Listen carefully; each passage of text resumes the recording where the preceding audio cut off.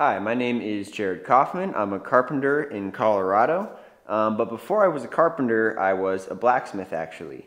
And me and my wife recently got a new place and I really want to get back into blacksmithing. And my friends at VEVOR are going to be helping me do that. So they sent me this forge in return that I make a video on how to set it up and just some of the basics around that. So yeah, let's get into it.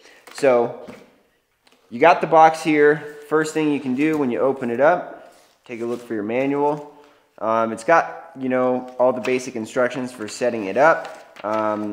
That's all great. You can read that, but we're also going to talk about that during this video.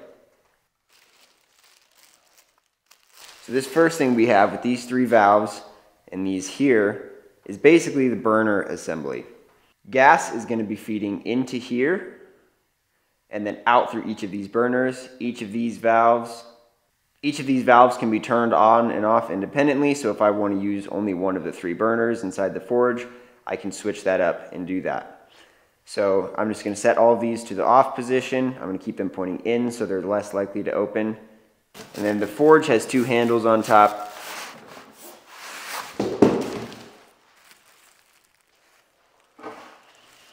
Careful when opening this part, there's a bunch of stuff stored inside the forge itself. Just don't want any of that to fall out.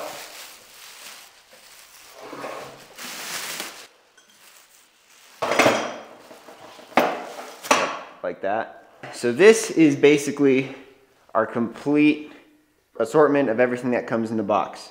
So we've got our actual forge lined with super high temperature insulation. We have our actual gas valve assembly here for our three burners.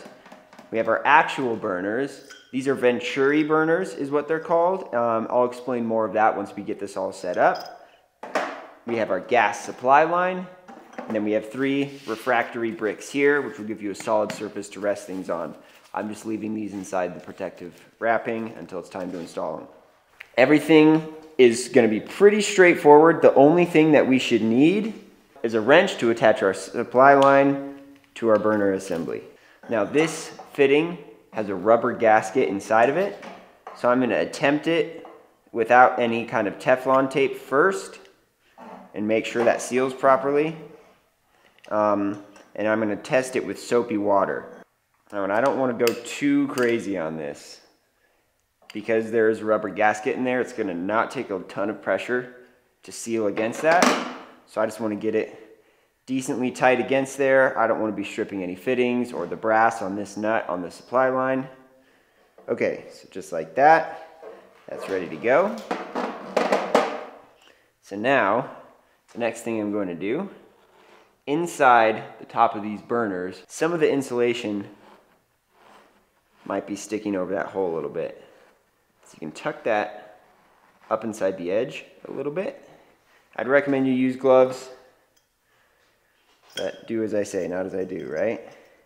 I'm just going to tighten this set screw on this orange air cutoff valve right here. And I'm going to slide the burner in. And you'll feel it hit the bottom of that forge. So I'm just going to tighten this, just finger tight, doesn't need to be too crazy. And I'll rinse and repeat that for all three of these.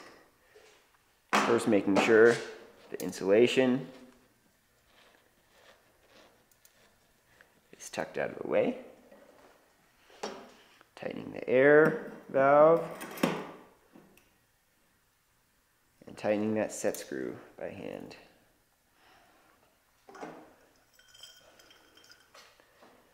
Last but not least,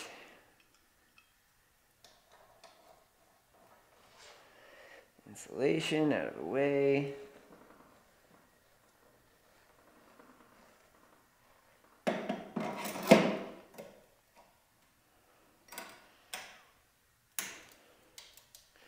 Okay, great. Now our burners are attached to the forge. Our burner valves are attached to the supply line. So the next step is to attach the valves to the burners. Okay. So I've got my burner assembly here. I'm going to make sure all these set screws are just outside of that hole. And then the tapered tips on these will make it pretty easy to be able to slide that in. A little pressure should go all the way in. And then I'll tighten those valves.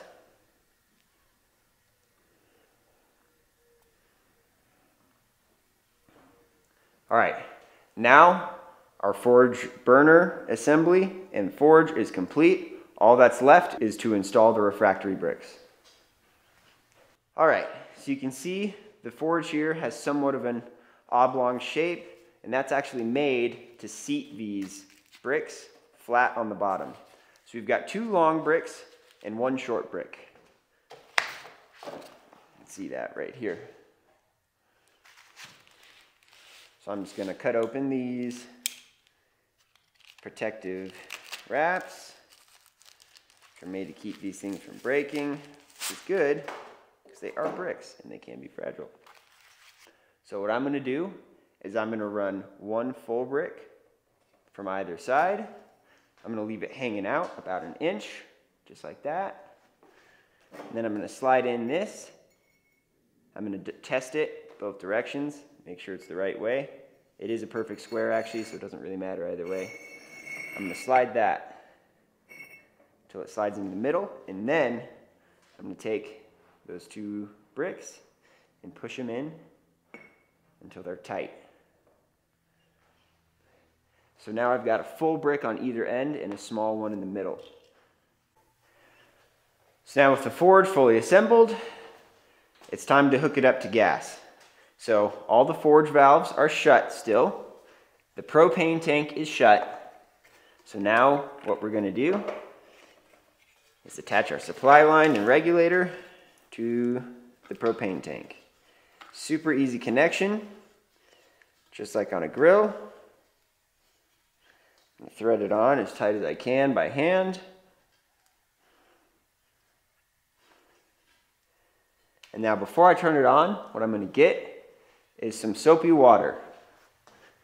I'm just using a spray cleaner, which is effectively soap and water. So I've got that handy. I'm going to open the propane tank. This regulator set to about 25 psi right now. And now what I'm going to do is I'm going to test all of our connections. Now, it's not a bad idea to test connections that come from the factory too. Now they do a good job of regulating this stuff, but when you test it yourself, you know that it's going to be, you don't have to worry about it being sealed or not. So let's test the burners now. Let's give it a little spray around here. This is the biggest one I'm concerned about because this is the one that I did myself. No bubbles. We'll test these other ones. Don't want to go too crazy.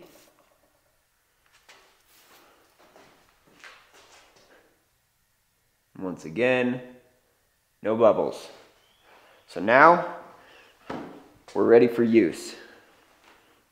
All right, so before lighting and using the forge, I would recommend being in a ventilated area. So you can see I'm in my garage. My garage door is right behind me. I'm set back about 4 feet from that garage door because this thing is obviously going to be shooting out heat from either end. I'm going to scoot this a little further away from the door just to be safe, and then I'm going to crack the door open so that way I can have ventilated air coming into here.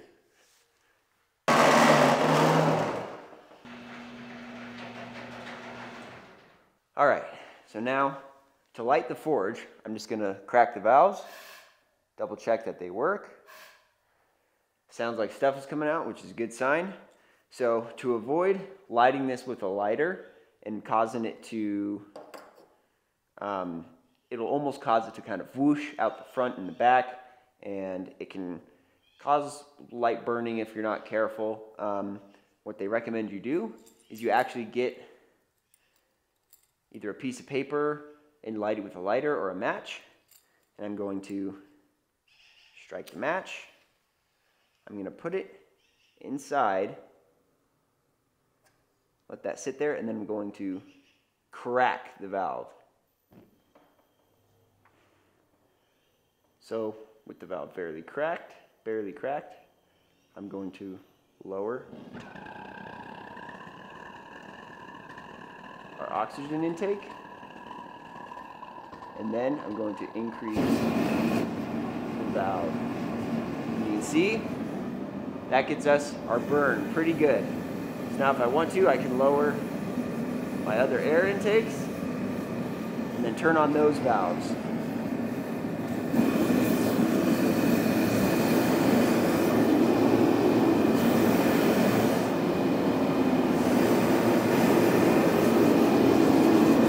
Now we've got a pretty good burn going.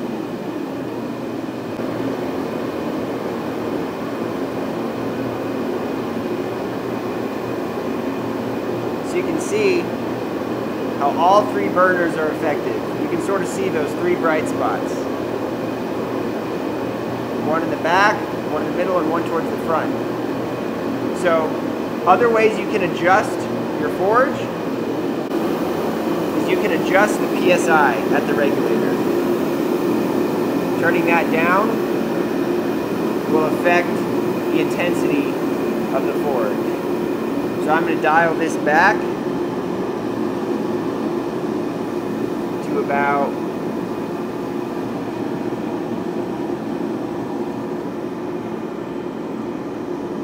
5 PSI. You can see that's a much calmer flame now. But we're still getting plenty of heat in there. Now let's see how it heats some steel.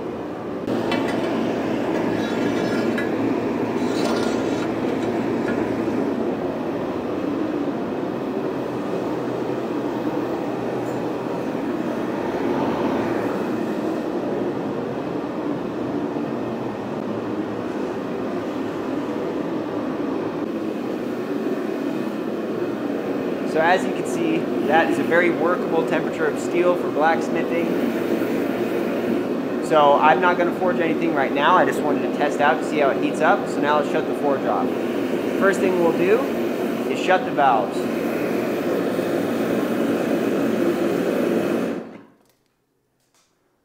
Once the valves are shut off, I'll go over and close the tank. Now with the valves shut and the tank closed, the forge is off, but it still has insane amounts of residual heat. So it's recommended that you don't touch it or work around it without heat protective equipment until it reaches room temperature again.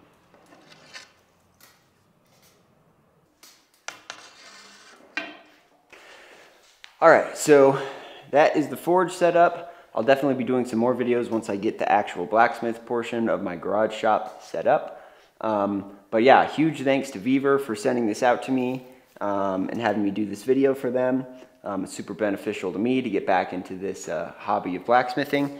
And from you guys, I really want to get more into tool making. I'd eventually love to make my own framing hammer. That's kind of my current goal. So other things that you think I could make that would be good for beginners, something that I might get good enough at that I could make some videos on that, let me know.